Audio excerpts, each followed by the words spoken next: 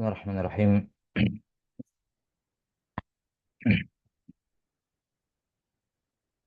Assalamualaikum warahmatullahi wabarakatuh. Alhamdulillahi rabbil alamin.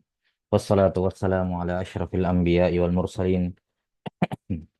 Nabiyyina Muhammadin wa ala alihi wa sahbihi ajma'in. Ashhadu an la ilaha illallah wahdahu la syarika lah. Wa ashhadu anna Muhammadan abduhu wa rasuluh. Allahumma la ilma lana illa ma 'allamtana innaka antal alimul hakim. اللهم فقهنا في دينك وعلمنا ما ينفعنا وارزقنا الإخلاص في القول والعمل وزدنا علما يا أرحم الراحمين. طيب نواصل في شرح كتاب قول السديد شرح كتاب التوحيد للشيخ عبد الرحمن بن ناصر السعدي رحمه الله تعالى pada Al-Mutawaffah sana 76 wa 300 ba'da alf min al-hijratin nabawiyah, terakhir pada bab yang ke-22 sekarang ya. 6 lah 23 Bentar. 22 23 6. Baik. Babu maja'a anna ba'da hadhil ummah ya'budul awsan. Penjelasan yang datang ya mengenai apa keterangan terkait dengan bahwa akan ada sebagian dari umat ini yang akan menyembah berhala. Sudah disebutkan ya maksud dari bab ini dibuat oleh Al-Musannif rahimahullah dan apa hubungan bab ini dengan bab sebelumnya. Dan kita sudah sebutkan bahwa dalam menegaskan bab ini beliau rahimahullah menyebutkan 5 dalil, 2 dalil atau 3 dalil dari Al-Quran dan 2 dalil dari Al-Hadis. Sudah disebutkan dalil yang keempat terkait dengan hadis Abu Sa'id Al-Khudri radhiyallahu an, la tattabi'unna sanana man kana qablakum. Di mana kita katakan bahwa hadis yang keempat ini atau dalil yang keempat ini merupakan apa muqaddimah al-kubra ya dari 3 ayat sebelumnya. Jadi muqaddimah sugronya dikatakan bahwasanya Yahudi dan Nasrani ada yang menyembah berhala. Ya, Yahudi dan Nasrani menyembah berhala. Kalau mukaddimah kubronya adalah akan ada umat ini yang akan mengikuti Yahudi dan Nasrani. Nah, maka natijahnya, hasilnya adalah apa? Akan ada umat ini yang akan menyembah berhala. Kan begitu. Baik. Kemudian, dalil yang kelima ini belum kita bahas. Qala rahimahullah, qala al-musannif al-matin, Syekh Muhammad Ibn Abdul Wahhab rahimahullah, wali muslimin an Sauban radhiyallahu anhu anna Rasulullah sallallahu alaihi wasallam qala inna Allah zawaliyal arda fara'aitu masyariqaha wa magharibaha wa inna ummati sayablughu mulkuha ya ila ma zuyali minha wa inna ummati sayablughu mulkuha ma zuyali minha wa utitul kanzaini al-ahmar wal abyad wa inni sa'altu rabbi li ummati alla yuhlikaha bisanatin bi'ammah wa alla yusallita alaihim aduwam min siwa anfusihim fayastabiha baydatahum wa inna rabbi qala ya Muhammad idza qadaitu qada'a fa innahu la yurad.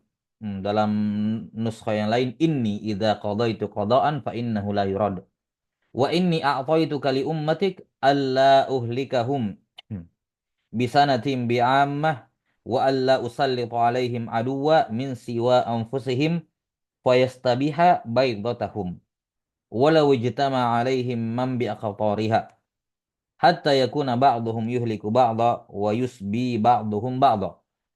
Wa rawahul Burqani rahimahullah fi sahihihi wa zada wa inna ma akhafu ala ummatil a'immatal mudillin wa idza waqa alaihimus sayf lam yurfa ila yaumil qiyamah.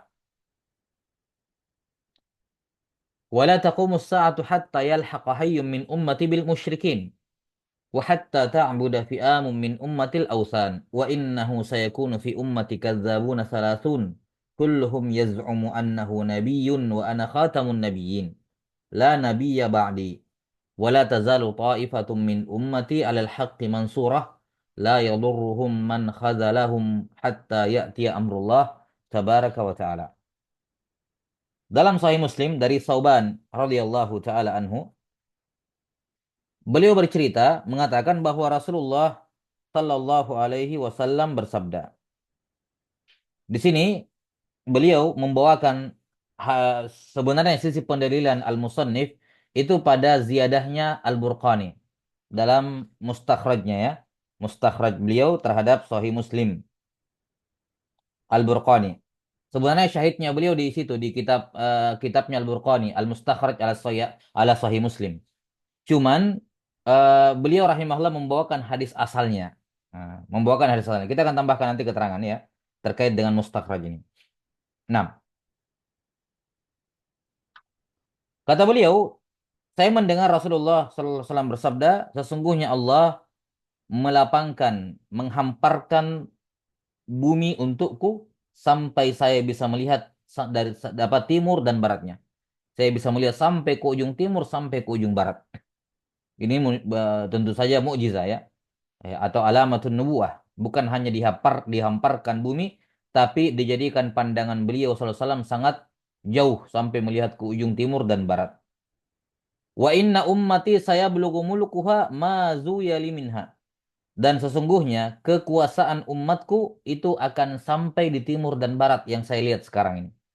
Jadi negara-negara Islam ya yang Islam masuk ke situ ya, yang Islam banyak pemeluknya di situ, termasuk negeri yang dilihat oleh Nabi Shallallahu Alaihi Wasallam karena dikatakan umatku akan berkuasa sampai ke negeri-negeri tersebut yang saya diperlihatkan. Wa utitul kanzain al-ahmar wal abyad. Kemudian saya diberikan al-kanzain, dua apa namanya perbendaharaan harta. Al-ahmar wal abyad. Al-ahmar ini adalah apa harta karunnya Persia, wal abyad Romawi. Ini akan dikuasai dua ini. Ini beliau sabdakan ketika Nabi SAW masih hidup. Ini juga alamatun nubuwah. Banyak alamatun nubuwah di hadis ini ya. Ya ini syarat bahwa akan dikuasai nanti Persia dan Romawi. Ya, pasti. Kemudian wa inni sa'altu rabbi, aku meminta kepada Tuhanku, berdoa kepada Tuhanku, ya, agar tidak di sini beliau sallallahu alaihi wasallam berdoa dengan dua doa. Satu doa diterima, satu doa ditolak. Doa yang pertama kata beliau, aku meminta kepada Tuhanku untuk umatku agar Allah tidak membinasakan umatku ya dalam bisanatin bi'ammah. Ya, sana yakni apa namanya? Tahun-tahun paceklik yang merata. Ya. Sama seperti tahun-tahun yang menimpa umat Nabi Yusuf alaihissalam. Sanatin apa bi'ammatin. Saya meminta kepada Allah untuk umatku agar Allah tidak membinasakan mereka dengan kekeringan paceklik yang merata seluruhnya, yang menimpa. Artinya apa? Bisa aja paceklik terjadi pada satu wilayah muslim, negara muslim, tapi tidak akan terjadi di seluruhnya gitu. Iya. Apa permintaan yang kedua, doa yang kedua, wa alla yusallitu alaihim aduwwam min siwa anfusihim. Agar Allah Ta'ala tidak membinasakan, apa membuat musuh-musuh mereka menguasai mereka. Saya meminta juga kepada Allah agar umatku jangan dikuasai oleh musuh mereka jika musuh itu dari selain mereka. Fayastabiha baydatahum, sehingga akan membinasakan mereka seluruhnya. Nah, ini doa yang kedua. Agar tidak dikuasai oleh musuh-musuh dari selain diri mereka sendiri.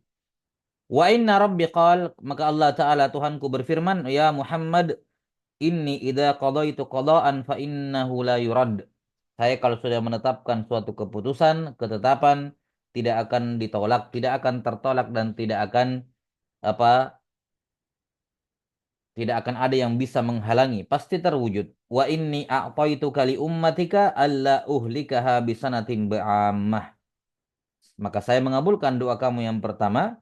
Aku tidak akan membinasakan mereka dengan tahun kelaparan yang yang menimpa mereka semuanya.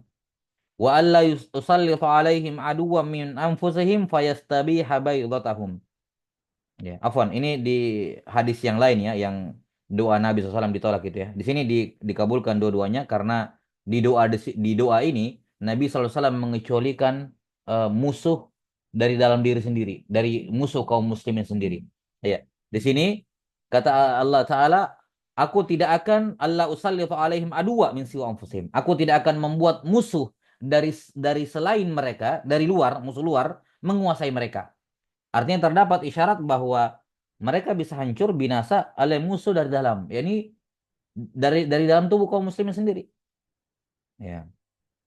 Fayastabiha baydatahum. Aku tidak akan membuat umatmu dikuasai oleh musuh dari luar yang akan membinasakan mereka. Walau ijtama alaihim man biaqtariha.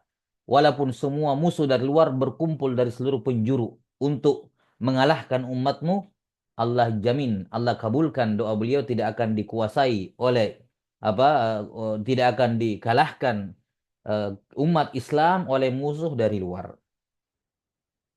Dan ini tentu saja hal yang terjadi sampai di zaman sekarang dan akan terus terjadi. Makanya dikatakan kemudian kata Allah Ta'ala hatta yakuna ba'duhum ya yuhliku ba'da wa yasbi ba'duhum ba'da sampai hatta yakuna ya yakuna ba'duhum yuhliku ba'da wa yasbi ba'duhum ba'da sampai sebagian di antara mereka membinasakan sebagian yang lain dan sebagian di antara mereka menyandra menjadikan tawanan sebagian yang lain. Yakni apa? Kehancuran umat Islam dari dalam tubuh mereka sendiri. Dari dalam tubuh mereka sendiri. Dan ini terbukti dalam sejarah. Tidaklah kaum muslimin menjadi lemah ya kecuali dikarenakan para pemeluknya sendiri yang dimanfaatkan, diadu domba, dibeli dengan dunia oleh musuh-musuh dari luar, ya, yang menggerogoti, mengkhianati kaum muslimin sendiri. Ya, tidak pernah Islam itu kalah dalam pertarungan terang fair apple to apple gitu ya, fair terang-terangan, ya murni dengan bentrok senjata fisik, nggak pernah Islam itu kalah. Selalu karena ada faktor ini orang-orang munafik, orang-orang Muslim yang bermasalah yang merusak dari dalam. Nah, ini dalam riwayat Muslim. Sampai di sini tidak ada pendalilannya, tidak ada hubungan hadis ini atau kalimat dalam hadis ini dengan judul bab bahwa akan ada umat ini yang menyembah berhala. Sisi pendalilannya terdapat di riwayatnya Al-Barqani. Warawahul Barqani fi sahihi wa zada. Ya, Al-Barqani rahimahullah meriwayatkan dalam sahihnya hadis yang sama dan beliau menambahkan. Nah, ini. Dikatakan sahihi, maksudnya di sini mustakhraj ala sahihi Muslim. Kita tahu dalam mustalahul hadis bahwa al-mustakhraj adalah kitab yang meriwayatkan ulang hadis-hadis dalam suatu kitab dengan menggunakan sanad dia sendiri, bukan dari jalur periwayat kitab. Jadi mustakhraj sahih Muslim karya Al-Burqani ini beliau meriwayatkan ulang semua hadis-hadis dalam sahih Muslim ya meriwayatkan ulang semua hadis-hadis dalam Sahih Muslim dengan sanad beliau sendiri, bukan melewati jalurnya Imam Muslim. Nah, di antara manfaat kutubul mustakhrajat ini adalah adanya lafaz-lafaz tambahan yang memberikan tambahan faidah, tambahan ilmu, tambahan hukum yang tidak disebutkan di hadis asalnya dalam Sahih Muslim atau Bukhari misalnya. Karena ada juga mustakhraj ala Sahihil Bukhari. Nah, ini sisi pendalilan Al-Musannif rahimahullah itu ada pada riwayat Al-Burqani. Cuman kan karena Al-Burqani itu riwayatnya bukan kutub mustakil ya, melainkan mustakhraj dari Sahih Muslim, beliau butuh bawakan dulu hadis aslinya, hadis asalnya di Sahih Muslim. Ini nih hadis asalnya. Ya, wa illa kalau istilahnya kalau beliau sekedar ingin menyebutkan syahidnya, ya nggak usah disebutkan panjang lebar ini hadisnya dalam riwayat Muslim. Langsung aja dalam riwayatnya Al-Burqani gitu ya, bahwa Nabi SAW bersabda dari hadis Sauban, Inna ma akhafu. Ya. Tapi tujuannya adalah untuk keabsahan. Bahwa ini hadis riwayat Al-Burqani sahih. Kenapa? Asalnya terdapat dalam Sahih Muslim. Asal hadisnya terdapat dalam Sahih Muslim. Adapun ini lafaz tambahan, ini ditambah oleh rawi yang siqah. Ya, lafaz tambahan ini diriwayatkan dan ditambahkan oleh perawi yang siqah dan ziyadatus siqah maqbula indal jumhur. Ziyadatus siqah maqbula indal jumhur. Yani setidaknya menurut pandangan Al-Musannif rahimahullah. Dan ini pendapat jumhur bahwa ziyadatus siqah itu diterima. Nah, itu diterima. Ini alasan beliau rahimahullah butuh membawakan hadis asal dalam Sahih Muslim baru membawakan zawaid dari ziyadahnya siapa Al-Burqani rahimahullah. Kita lihat kata beliau rahimahullah dalam tambahan riwayat Al-Burqani wa innama wazada Al-Burqani menambahkan dalam riwayatnya Wa inna ma akhafu ala ummatil a'immatal mudillin. Yang saya khawatirkan terhadap umatku itu adalah para pemimpin yang menyesatkan, para imam, dalam agama yang menyesatkan, imam dalam dunia yang menyesatkan. Wa idza waqa'a alaihimus sayfu lam yurfa' ila yaumil qiyamah. Ini juga alamatun nubuwah. Kalau pedang sudah mulai dihunuskan di tengah umat Islam, maka itu tidak akan diangkat sampai hari kiamat. Yakni kapan terjadi perang saudara di tengah-tengah kaum muslimin, maka mereka akan selalu terus-menerus terjadi perang saudara sampai hari kiamat. Ya. Maka ini sudah menjadi sunnatullah yang menjadi alamatun nubuwah dari Nabi SAW bahwa perang saudara kapan sudah terjadi satu kali, sudah. Dan perang saudara ini sudah terjadi di zaman para sahabat radhiyallahu anhum ajmain. Nah, sejak itu terjadi, pedang sudah dihunuskan di tengah-tengah mereka, sesama mereka, maka tidak akan diangkat sampai hari kiamat. Kemudian wala taqumus sa'atu hatta yalhaqa hayyun min ummati bil musyrikin. Tidak akan tegak, tidak akan berdiri hari kiamat, tidak akan terjadi hari kiamat sampai ada hayyun. Ya. Hayyun, al-hayy bermakna al-qabilah. Ya, bermakna apa? Al-qabilah. Dan ini dipertegas dalam riwayat Abu Daud dan Ibnu Majah, dalam riwayat lain hadis ini, karena hadis ini juga diriwayatkan oleh Abu Daud, Ibnu Majah. Ya.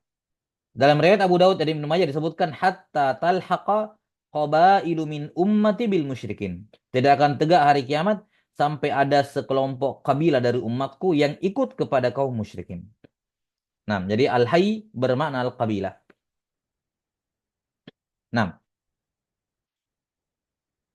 maka ini jelas bahwa akan ada sekelompok atau ada qabail dari kaum musyrikin, dari kaum muslimin afwan, yang akan mengikuti kaum musyrikin, yang pindah ke negara mereka, negara musyrik, tinggal di tengah-tengah mereka, di negara kufur, mengikuti mereka dan seterusnya. Baik. Kemudian wahatta takdirnya wala taqumus sa'atu hatta ta'buda fi'amin min ummatil ausan. Fi'amun min ummati al ausan.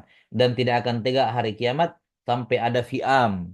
Fi'am ini bermakna al jama'atul kasirah. Al fi'am bermakna al jama'atul kasirah, jamaah yang sangat banyak.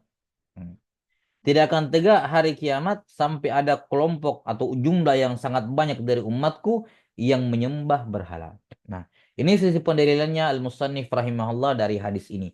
Bahwa akan ada umat Islam dalam jumlah yang banyak yang akan kembali menyembah berhala. Ini syahidnya.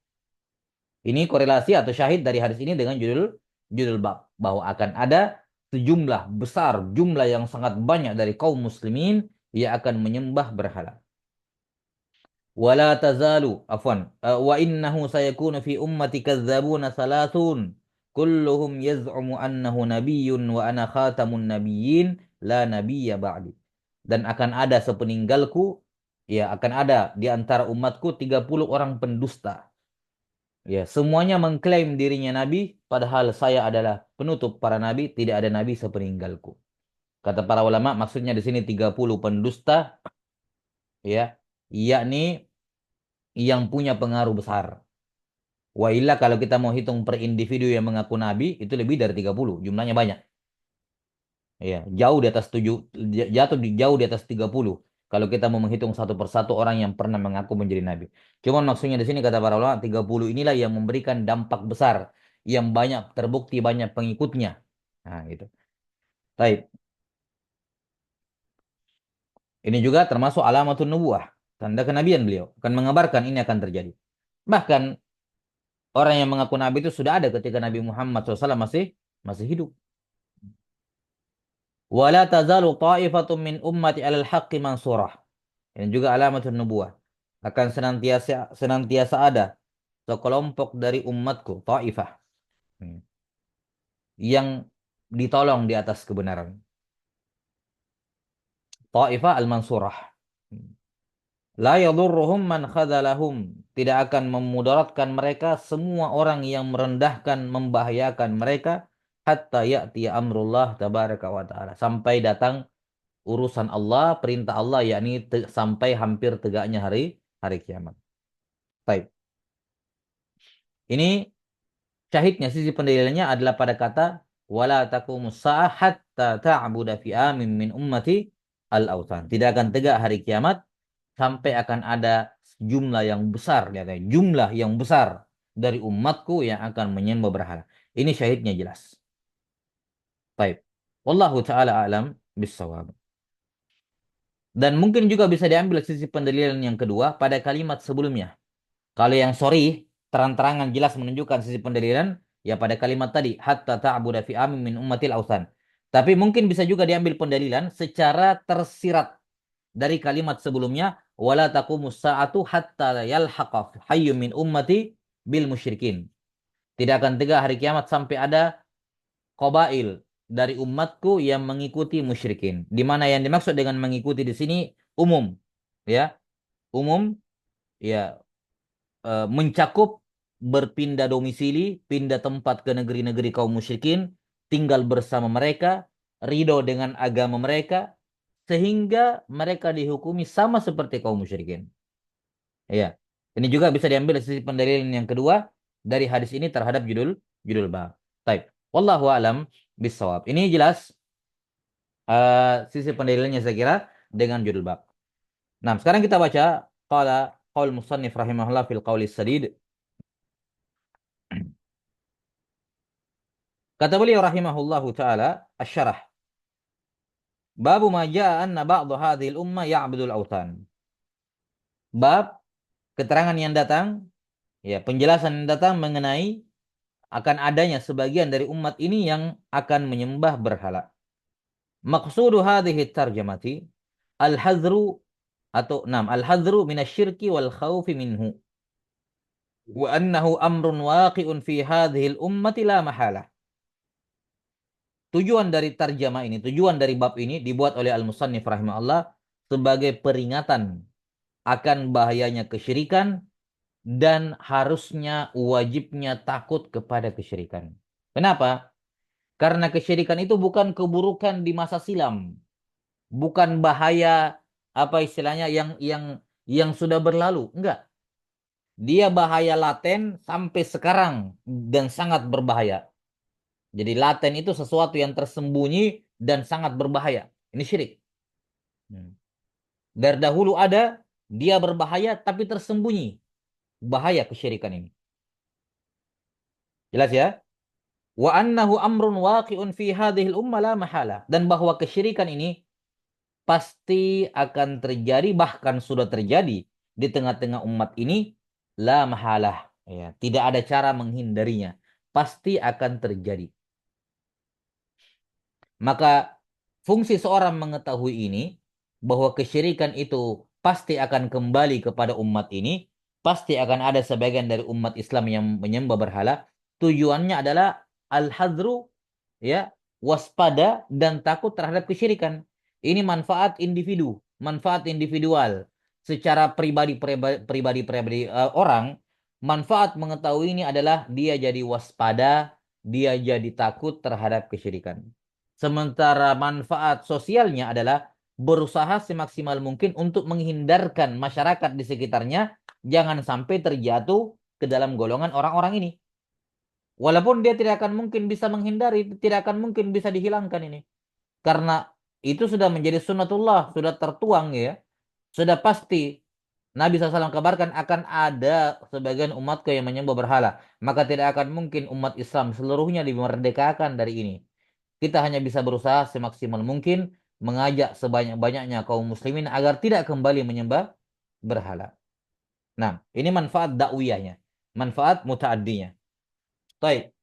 Warraddu ala man za'ma, bab ini juga dibuat oleh al-musannif untuk bantahan, sebagai bantahan kepada orang yang mengatakan anna man qala la ilaha illallah, ya, wa tusamma bil Islam wa annahu yabqa ala islamihi walau fa'ala ma yunafihi. Ya, dan juga terdapat sanggahan. Bab ini juga dibuat oleh Al-Musannif rahimahullah sebagai bantahan kepada orang-orang yang berpikir bahwa orang yang sudah mengucapkan la ilaha illallah, ya, dan bernama dengan nama Islam, maksudnya ya dia menisbatkan dirinya kepada Islam. Ya, tasamma bil Islam. Afwan, tasamma bil Islam. Yani Dia menjadikan Islam sebagai namanya, nama agamanya.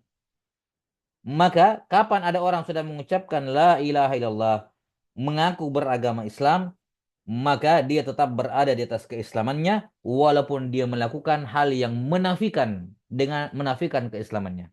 Ini sangkaan sebagian orang. Karena seandainya seperti itu, sisi pendalilannya, kenapa kenapa ini dijadikan bantahan? Ini kan dari faham-faham apa nggak bisa dikatakan faham murji'ah juga ya. Ya walaupun ini bagian sebenarnya dari paham irja ya. Tapi ketika mereka mengatakan kalau kamu sudah ucapkan la ilaha illallah, sudah mengakui Islam sebagai agama, ya sudah. Apapun yang dilakukan selama tidak pindah agama, itu saja. Satu-satunya pembatal Islam menurut mereka kalau kamu pindah agama, ingkari kebenaran Islam. Baru kamu dianggap murtad. Kalau tidak, biar apa yang kamu lakukan tidak dianggap membatalkan Islam. Nah, ini disanggah oleh beliau melalui bab ini. Bahwa apa? Nabi SAW mengabarkan akan ada umat Islam yang kembali menyembah berhala. Artinya apa? Artinya kalau ada orang yang sudah masuk Islam, memeluk agama Islam, dia belum aman. Dia masih memungkinkan menyembah berhala lagi. Dan akan terjadi itu. Ini bantahannya. Walau fa'ala ma yunafihi. Walaupun dia melakukan semua hal yang menentang Islam, katanya dia tidak rusak keislamannya. Apa saja yang menentang Islam? Minal istighatsati bi ahlil quburi wa du'aihim. Semisal beristighatsah minta pertolongan kepada penghuni kubur atau berdoa kepada mereka. Wasamma dzalika tawassulan la ibadatan. Dan dia pelaku ini menamakan perbuatannya di kuburan sebagai tawassul, bukan ibadah. Fa inna hadza batil, karena ini merupakan kebatilan. Baik. Jadi tujuan al-musannif rahimahullah membuat bab ini ada tiga. Ada tiga tujuan al-musannif, kata Asy-Syarih ya. Ada tiga tujuan beliau membuat bab ini. Yang pertama, peringatan akan bahayanya kesyirikan sehingga wajib seorang takut kepada syirik. Tujuan yang kedua, beliau membuat bab ini untuk mengabarkan bahwa syirik pasti terjadi. Tidak ada cara menghindarinya. Pasti akan ada di tengah umat Islam yang akan kembali melakukan kesyirikan. Dan tujuan yang ketiga beliau membuat bab ini sebagai sanggahan. Seperti yang sudah kita sebutkan ya, sanggahan. Dan sanggahan ini lebih detailnya di Kasyfus Syubhat. Sanggahan terhadap syubhat ini bisa dilihat di Kasyfus Syubhat. Nah, bahwa tidak mungkin lagi orang bisa batal Islamnya kalau sudah mengucapkan la ilaha illallah dan seterusnya. Ini syubhat. Ya, disanggah oleh beliau dalam bab ini ya, dalam bentuk dalil dan secara terperinci di Kasyfus Syubhat. Baik. Kemudian dikatakan di sini ya bahwa para penyembah kubur dengan cara istighatsah dan berdoa kepada penghuni kubur, mereka menamakan perbuatan mereka tawassul. Nah, ini karena kejahilan. Namanya tawassul, wasilah kan perantara. Perantara artinya yang kamu panggil, yang kamu pakai, yang kamu seru namanya Allah. Tapi lewat orang soleh, itu tawassul. Kalau ini berdoa kepada penghuni kubur, itu bukan tawassul karena yang diajak bicara langsung penghuni kubur. Kamu jadikan itu sebagai maksud, bukan wasilah lagi. Nah, ini menunjukkan mereka tidak bisa membedakan antara tawassul dan apa? Kesyirikan. Walaupun tawassul sudah kita sebutkan ya, atau al-musannif rahimahullah sudah sebutkan jenis tawassul, ya. Nah, dan tawassul atau belum ya? Nah, nggak bahas. Ya, tawassul disebutkan oleh para ulama ini ada tiga jenis. Ada tawassul yang syariah, masnunah, mustahabbah. Kemudian ada tawassul yang syirkiyah dan ada tawassul yang bid'iyah. Nah, adapun tawassul syariah ini misalnya bertawassul, ini ada tiga secara umum. Tawassul syariah secara umum ada tiga. Ingat tawassul artinya menjadikan wasilah antara dirinya dengan Allah, menjadikan perantara antara dirinya dengan Allah. Tawassul yang syariah itu ada tiga. Yang pertama tawassul dengan asma wa sifat. Tawassul dengan nama-nama dan sifat Allah Ta'ala. Yakni menjadikan nama Allah sebagai perantara dalam berdoa. Maksudnya bagaimana? Kata Ibnul Qayyim rahimahullah menjelaskan. Maksudnya, kamu ketika berdoa kepada Allah, gunakan nama Allah yang sesuai dengan permintaan kamu. Gunakan nama Allah yang sesuai dengan permintaan kamu. Misalnya kamu minta ampun, Ya pakai nama Allah, ya Ghafur, ighfirli, ya atau Allahumma ghfirli innaka antal ghafurur rahim dan seterusnya. Ya, kalau kamu minta rezeki, ya Razzaq, urzuqni. Jadi menggunakan nama Allah yang sesuai dengan permintaan. Ini namanya tawassul dengan asma wa sifat. Allah Ta'ala berfirman, walillahil asma'ul husna fad'uuhu biha. Hanya milik Allah nama-nama yang husna, maka berdoalah kalian kepada Allah dengannya, yakni dengan perantaraan nama tersebut, dengan menggunakan nama tersebut. Yang kedua dari tawassul syariah adalah bertawassul dengan doa orang soleh yang masih hidup. Bertawassul dengan doa orang orang soleh. Tentu saja yang masih hidup. Nah, karena orang hidup hanya orang hidup yang meminta, yang bisa mendengarkan permintaan kita. Datang kepada orang soleh, tolong doakan saya. Hmm. Jelas ya? Tolong mintakan berkah berdoa kepada Allah berikan agar Allah memberikan berkah kepada saya. Agar Allah ini, agar Allah itu. Tolong kamu berdoa kepada Allah. Ini namanya tawassul, ya, termasuk tawassul syariah. Bertawassul dengan doa orang soleh sebagaimana siapa Umar bin Khattab bertawassul dengan doanya Al-Abbas dalam sholat istisqa. Yang ketiga, tawassul yang disyariatkan adalah tawassul dengan amal soleh. Tawassul dengan amal soleh ini meminta kepada Allah dengan menggunakan perantara amal solehnya. Katakan, ya Allah, aku telah beriman kepadamu, aku telah melakukan amalan ini dan itu, maka ampunilah aku. Lihat, maka ampunilah aku. Yani seakan-akan yang mengatakan, ya Allah, karena saya sudah kerjakan ini, saya sudah lakukan amalan ini, maka ampunilah aku.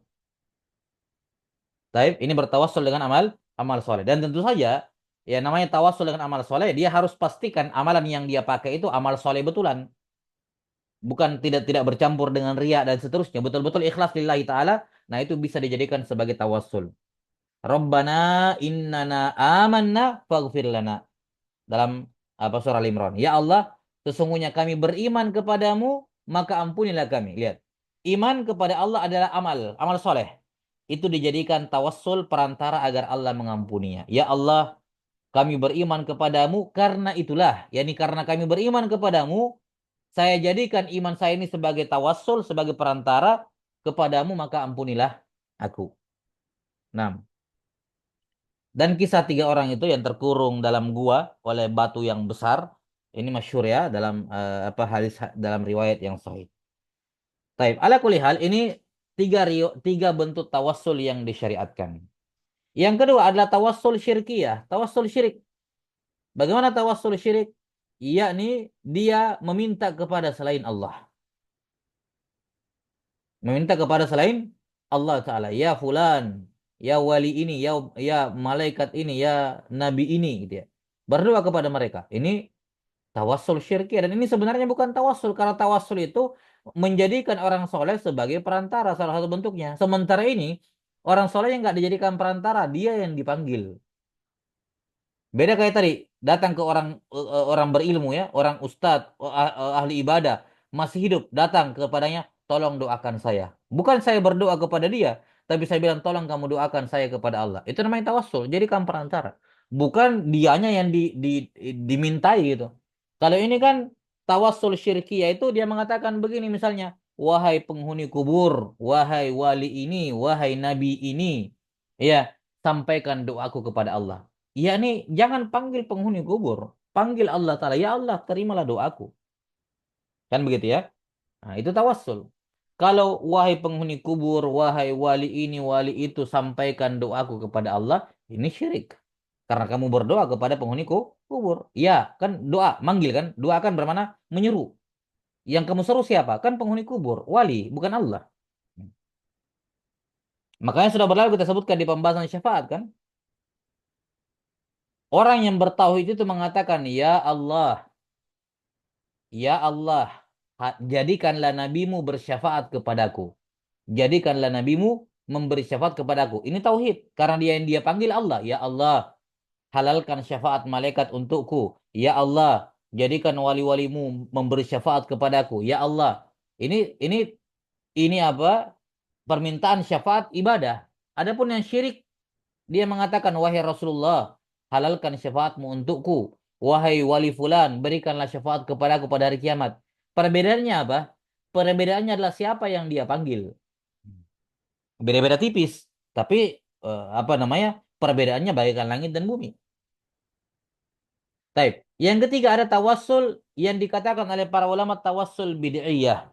Walaupun ini sudah pernah kita sebutkan bahwa ini sebenarnya mahalul khilaf di kalangan ulama, yakni bertawassul dengan jahus solihin, bertawassul kepada Allah dengan kedudukannya orang-orang soleh, kedudukannya Nabi Sallallahu Alaihi Wasallam, para nabi. Dia mengatakan begini, Allahumma inni as'aluka biwajhi nabiyyika al-jannah misalnya. Ya Allah, aku meminta kepadamu sorga dengan apa bertawassul dengan kedudukan nabimu, kedudukan wali-walimu. Ya Allah, kabulkanlah doaku dengan ya apa dengan bertawassul dengan hakkus sailin, dengan haknya orang-orang yang meminta. Apa haknya orang-orang yang meminta? Yani Allah akan kabulkan. Ya. Yang seperti ini apakah boleh bertawassul dengan seperti ini? Ini mahalul khilaf ya. Mahalul khilaf sebagian mengatakan ini ibadah atau tawassul yang sifatnya bid'iyah dan sebagian mengatakan hal tersebut dibolehkan. Ala kulihal ya, ini dihindari dilakukan karena tidak warid amalan ini dari as-salaf, cuman ya bagaimanapun ini mahalul khilaf. Seperti yang disebutkan oleh Ibnu Taimiyah rahimahullah dalam Majmu' Fatawa bahwa as-su'al ya bi wajhin nabi gitu ya, berdoa kepada Allah dengan menggunakan wajhun nabi, ini ada khilaf dan ini khilafnya mu'tabar, wallahu a'lam bissawab. Iya. Summa qala rahimahullah. Apa itu al-wasan? Akan ada sekelompok dari umatku yang kembali menyembah al-wasan. Sudah kita sebutkan kemarin, al-awsan itu bentuk jamak dari wasan. Dan wasan definisinya adalah semua yang disembah selain Allah Subhanahu wa Ta'ala. Iya.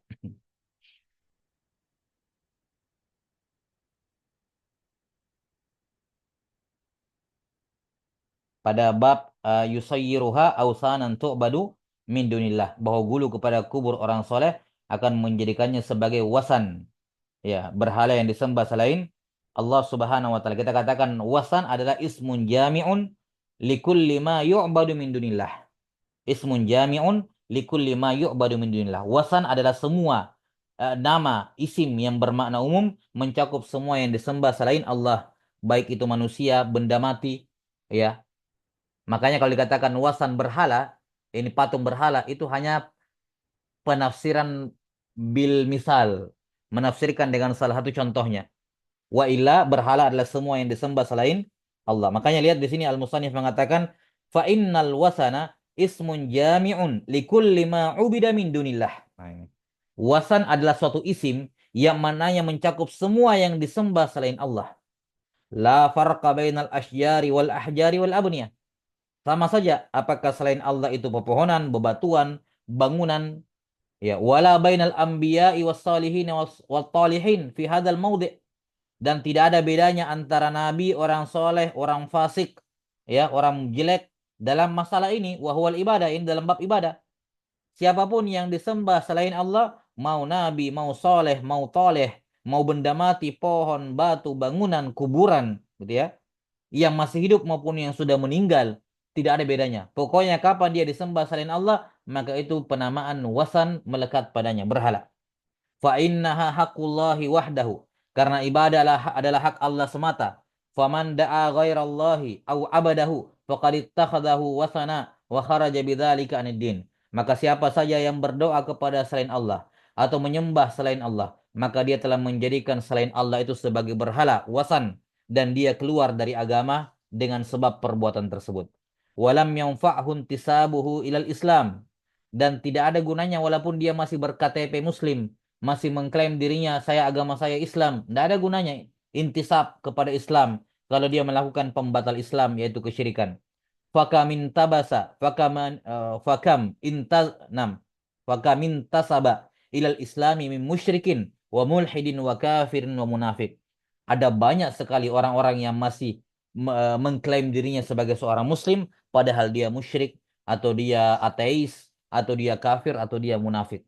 Hmm. Kata beliau wal ibratu bi ruhid din wa haqiqatihi la bi mujarradil asami wal alfaz allati la haqiqata laha. Maka yang menjadi patokan dalam hukum Islam adalah roh agama ini, hakikatnya yaitu apa? Beribadah kepada Allah Subhanahu wa taala. Ikhlas, mengikhlaskan ibadah hanya kepada Allah, bukan ditentukan semata-mata oleh nama. Oh, yang penting KTP Muslim, yang penting ditanya apa agamamu, agamanya Islam, itu sudah aman. Enggak, nama-nama itu tidak bermanfaat. Wal alfaz allati la haqiqatalah. Sebagaimana tidak ada gunanya lafaz-lafaz, slogan-slogan, jargon-jargon yang tidak ada hakikatnya, yakni tidak ada pengamalannya sama sekali. Nah, wallahu taala a'lam bissawab. Selesai bab yang ke berapa? 13 ya. 6. Selanjutnya masuk dalam bab yang 14 terkait dengan as-sihir. 6. Naktabi bihadzal qadar sallallahu ala ke-14 ya. 24 maksudnya. Afwan. Bab yang 24 bab tentang as-sihir. Naktabi bihadzal qadar sallallahu ala nabiyina Muhammadin wa ala alihi wa sahbihi wasallam. Alhamdulillahirabbil alamin. Assalamualaikum warahmatullahi wabarakatuh.